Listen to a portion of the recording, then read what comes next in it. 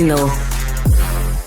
Hard, play hard. Ça, c'était ma devise pendant très longtemps. Tu travailles très fort, mais quand tu arrêtes de travailler et tu as du fun, tu défonces. Là, Ouais. dans le fun. Ouais. C'est un peu ta devise aussi. Je te connais un peu, Rémi, Oui, là. oui, mais c'est fini, ça. C'est fini, ça. J'ai lu ça dans Forbes.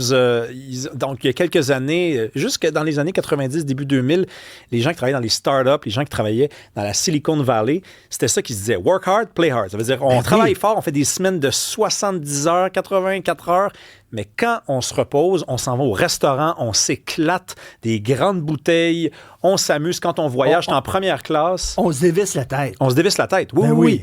Et là, maintenant, c'est plus ça. Donc, les employés disent non, nous, on boit pas, ou nous, on se couche très tôt, ou nous, même, on est très minimaliste, on se paye pas vraiment de luxe. Il y en a même qui habitent, tu sais, qui vivent sur des matelas, pas de rusté, Pas de sommier. Pas de sommier, pas de base de lit.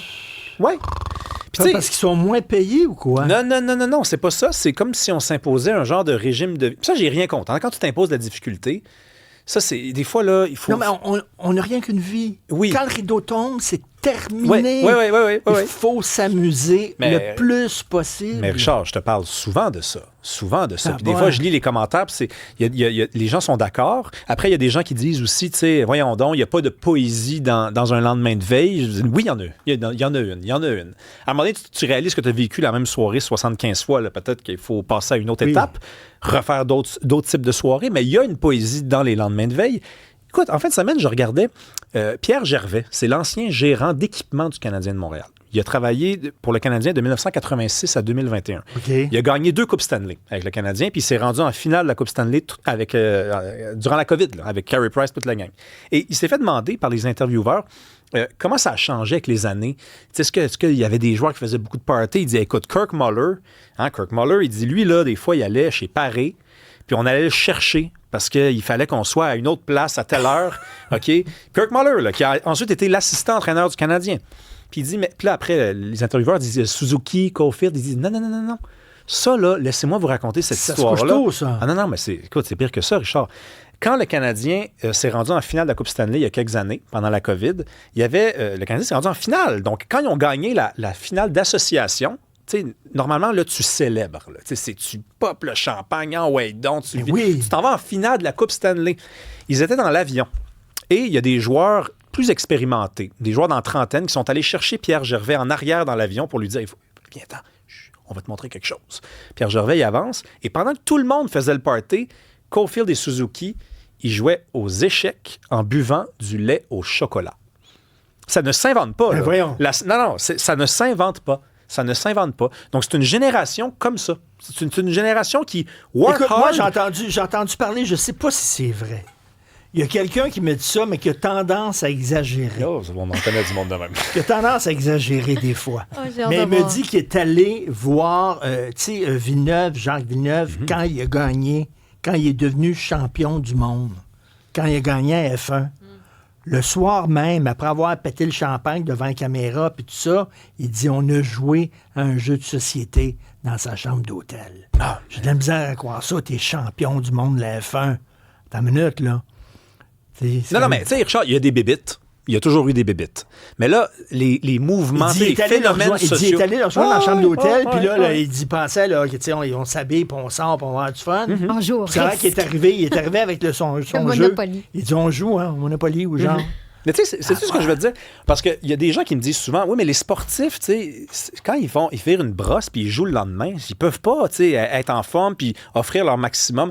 Ben, moi, je suis pas d'accord. C'est-à-dire, évidemment, ça peut pas être un régime de vie, mais quand tu vires une bonne brosse avec ta gang dans ton équipe, là, puis que vous vous racontez des affaires que vous vous racontez pas sur le banc, que vous vous racontez pas parce que vous êtes gêné, puis que là, finalement, vous vivez des affaires, le lendemain, quand tu joues, là, tu joues avec une nouvelle énergie. T'sais, une fois de temps en temps, ça a ses vertus. Hein, tu sais, des Lafleur. Des discussions dessous, des fois. Des fois, mettons, t'arrives dans un party, t'es sobre. Tu sais, t'arrives trop tard. Ils sont déjà, eux autres, sur le party. Puis quelqu'un t'arrive sous, puis commence à te parler, puis t'es pas sur la même vibe. C'est un peu weird. Tu te dis, c'est bien bizarre ce qu'il me raconte. Mais quand t'es dans le même état que lui, t'as des conversations, des fois, extraordinaires. Tu sais, Richard, complètement on travaille ensemble, mais je t'aime aussi. Oui. t'es pas juste un collègue, je t'aime, c'est de l'amour. Non, mais des fois, ça fait du bien. Ça fait du bien, puis je m'excuse, mais ça marchait avant. Écoute, Guy Lafleur, quand il est mort, les gens, il y avait des tenanciers de bar à Montréal qui disaient, nous autres, ils venaient, ils buvaient 2 pichets, puis ils allaient jouer, là. Il fumait. Il fumait entre les périodes. Il y a des joueurs de la Ligue nationale des années 80-90 qui fumaient aussi entre les périodes. Là, à Silicon Valley, là, c'est tranquille. Mais je pense que ça part... Tu sais, des fois, on se dit c'est mieux pour la santé, on boit notre 3 litres d'eau, on met des vitamines dedans, on se couche tôt, on se réveille, on travaille, OK, mais il y a beaucoup d'anxiété là-dedans. C'est-à-dire que moi, je veux bien rencontrer quelqu'un puis accepter ses arguments quand il me dit objectivement, c'est mieux de ne pas se péter la face que de se la péter tout le temps. Sauf que si ça vient de ouais, tout le monde autour de moi fait ça.